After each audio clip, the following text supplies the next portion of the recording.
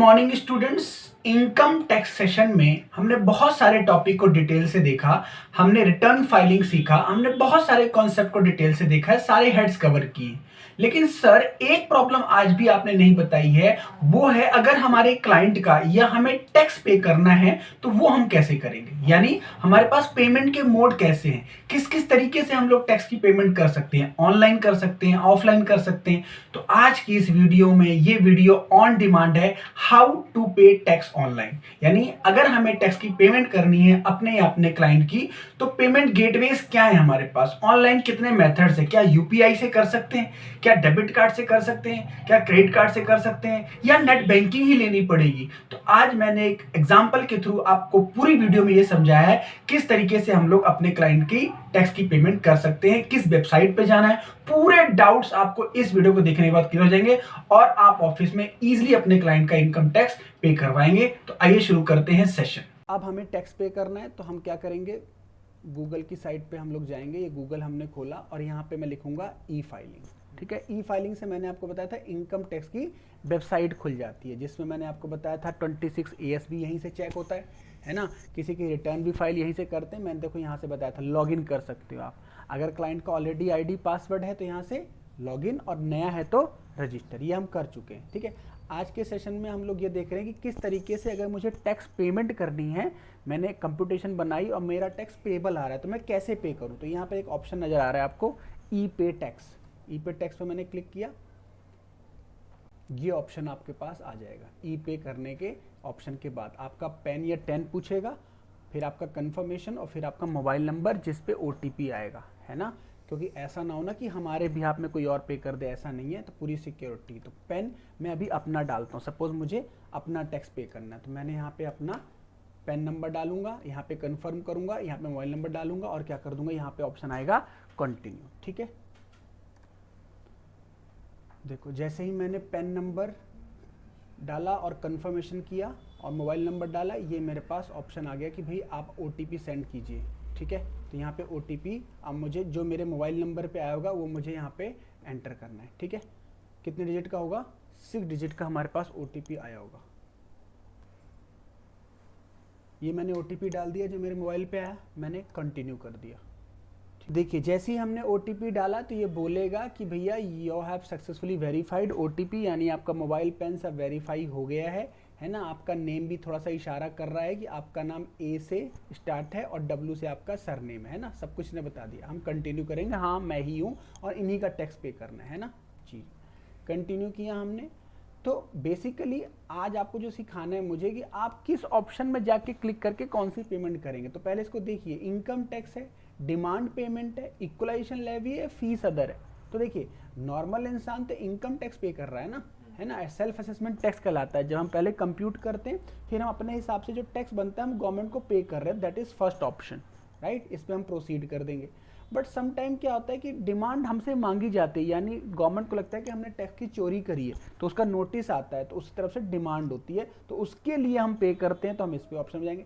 Equalisation levy दोस्तों ये ना कुछ फॉरेन ट्रांजेक्शन के लिए होती है ना। ये आप अलग से टॉपिक में हम कवर करेंगे। जो बाहर की कंपनियां ऑनलाइन बिजनेस करती है ना, उनके लिए इक्वलाइजेशन लेवी एक कॉन्सेप्ट होता है। ठीक है, फिर उसके बाद फीस अदर पेमेंट आप कर रहे हैं तो इस ऑप्शन में आप जा सकते हैं। जैसे मतलब वेल्थ टैक्स है ना, ये सब रिमूव जो हो गए, कुछ और प्रकार का टैक्स है। तो हमारे पास अभी आज की क्लास में ये है, हम क्या पे करना चाहते हैं, सेल्फ असेसमेंट टैक्स जो हमने कंप्यूट किया है। प्रोसीड पे किया हमने।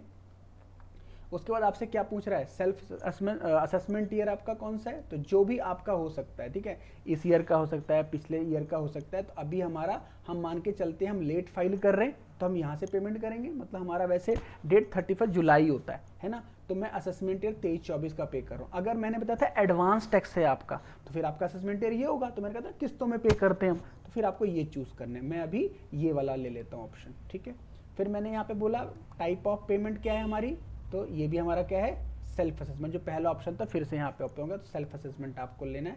ठीक है, उसके बाद कंटिन्यू।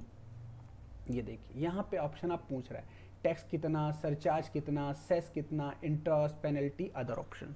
ये सब हमने टैक्स कैलकुलेट करना सीख लिया है। तो टैक्स जो हम निकालते हैं टोटल, मतलब टैक्स लगा के एजुकेशन सेस लगा के टोटल आया, वो टैक्स हमें लेना है। ठीक है ना। और अगर आपको लगता है कि मेरा इनकम ज़्यादा है, जो हमने सरचार्ज पढ़ा था 50 लाख के ऊपर, तो सरचार्ज का अमाउंट, ठीक है, तो यहाँ पे अभी हम टैक्स का अमाउंट लेंगे। मैं अभी हाइपोथेटिकल फिगर ले रहा हूँ, 500 में ले लेता हूँ, राइट, बड़ा अमाउंट नहीं, ठीक है। तो यहाँ पे कंटिन्यू पे क्लिक किया मैंने। अब ये समझाना है आपको, मेरा वीडियो बनाने का पर्पज सिर्फ ये है कि मोड ऑफ पेमेंट क्या है। ये अपनी भी फाइल करो तो पता होनी चाहिए, ये किसी क्लाइंट की फाइल करते तो हमें पता होना चाहिए। और मैं आपको बता दूं, इस क्लास के बाद अगर आप जीएसटी या इनकम टैक्स का काम करना चाहते हैं तो आपको नेट बैंकिंग के लिए अप्लाई कर देना आज। इस वीडियो को देखने के बाद आप अपनी क्लास में क्या करें, अपना एक नेट बैंकिंग ऑप्शन ले लें। अगर आपके पास सिर्फ एटीएम है तो बैकवर्ड तरीका होता है एटीएम का, हमें नेट बैंकिंग लेनी चाहिए, उसको कोई चार्ज नहीं होता। उससे क्या होता है, नेट बैंकिंग से हमें एक आईडी पासवर्ड मिलता है, उसके थ्रू हम कोई भी चीज़ की पेमेंट कर सकते हैं, वो एक अच्छा तरीका होता है। तो खैर, नेट बैंकिंग से अगर आप पेमेंट करते हो टैक्स की, तो गवर्नमेंट कह रही है इतने बैंक हमारे पास अवेलेबल हैं, इनमें से कोई बैंक चूज कर लो। लेकिन आपको लगता है मेरा इसमें से अदर है, तो अदर पे क्लिक कर लो, बाकी बैंक की लिस्ट ओपन हो जाएगी, राइट। यहाँ पे क्लिक करेंगे आप, तो यहाँ से अदर बाकी बैंक आप सेलेक्ट कर सकते हैं, ठीक है। बोलो, ये ऑप्शन हुआ। अब सपोज मेरा कोटक बैंक है, ठीक है, कोटक बैंक को मैंने क्लिक किया, कंटिन्यू किया। अब कोटक बैंक पे मैं कौन सी, पहले बताओ कौन से मोड से हम पेमेंट कर रहे हैं, नेट बैंकिंग। तो नेट बैंकिंग में फिर से वही अमाउंट अपने आप आ जाएगा। यहाँ पे नाउ करोगे आप, पे नाउ पे क्लिक करेंगे तो आपको सीधा ही कहाँ ले जाएगा, आपके बैंक सर्वर पे, और बैंक सर्वर से फिर वही आईडी पासवर्ड और वहाँ से पे। तो इसके ऑप्शन में आगे नहीं जाऊँगा, ये आप खुद ट्राई कर सकते हैं। यहाँ से बैक आ जाइए, दूसरे ऑप्शन की बात करते हैं, ठीक है। दूसरे option debit card, credit card से ही पेमेंट कर सकते हैं आप। तो यहाँ सिर्फ डेबिट कार्ड है, ठीक है ना। डेबिट कार्ड का मतलब लाइक योर एटीएम। एटीएम में आप जाएंगे, सपोज कीजिए ये बैंक है, लेकिन अब देखिए यहाँ पे सिर्फ इतने ही बैंक है, तो यहाँ पे आपके पास रिस्ट्रिक्टेड पेमेंट है, यानी डेबिट कार्ड आपको इन्हीं बैंकों का हो, यानी गवर्नमेंट का टाई अप से इन्हीं बैंकों से, ठीक है ना। बाकी बैंक आप मत ढूंढिए, ठीक है। तो अगर आपका डेबिट बैंक इन्हीं किसी बैंक से है तो उसको सेलेक्ट कीजिए, नहीं तो इस ऑप्शन को आप इग्नोर कीजिए। तो फिर से क्या डिटेल मांगेगा, देखिए फिर से वही सेम अपने आप आ जाएगा, पे नाउ। पे नाउ के बाद क्या ऑप्शन खुलेगा, डेबिट कार्ड का जो डिजिट होती है, सीवी नंबर होता है, वो आपको पता है, ठीक है।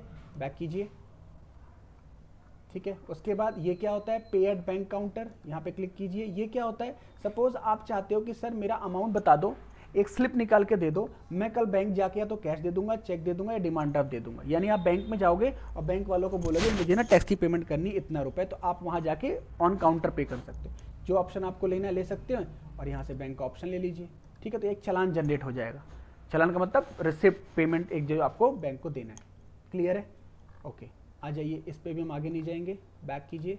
एक बार हमारा सारा मेथड डिस्कस हो जाएगा तो हमारे को एक रहेगा कि हम किस किस मेथड से ज़्यादा कन्वीनियंट है हमारे पास, ठीक है। आरटीजीएस नेफ्ट ऑनलाइन ट्रांसफ़र है, लेकिन इसका आपको ये देखना पड़ेगा, इसमें टाइम देखना होता है। बाकी चीज़ें ऑनलाइन बैंकिंग है, एटीएम तो आप 24 आवर्स पेमेंट कर सकते हैं, लेकिन आरटीजीएस नेफ्ट में क्या होता है, थोड़ा टाइम लगता है। इसके लिए आपको रिकमेंडेड है कि आप बिजनेस आवर में पेमेंट करें, ठीक है। दीज आर द मेथड, ठीक है।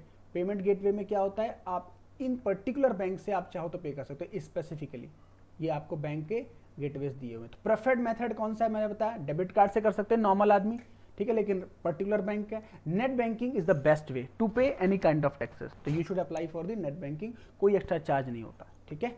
तो this is the way that we can pay the taxes. तो टैक्सेस क्या होता है, पहले हम कंप्यूटेशन किया हमने एक्सेल पे, किसी क्लाइंट का बनाया, फिर हमने उसका टैक्स निकाला, पेबल है या रिफंड है, रिफंड सीधा फाइल कर दो, और अगर पेमेंट है तो जो भी अमाउंट है इस मेथड से पे कीजिए। पे करने के बाद आपका एक चालान जनरेट हो जाएगा, उसको चालान को हम फिर क्या करते हैं, गवर्नमेंट को दिखा के और फिर उसको हम रिटर्न फाइल कर देते हैं, ठीक है। इस वीडियो में हमने ये देखा, आई होप आपको समझ में आया।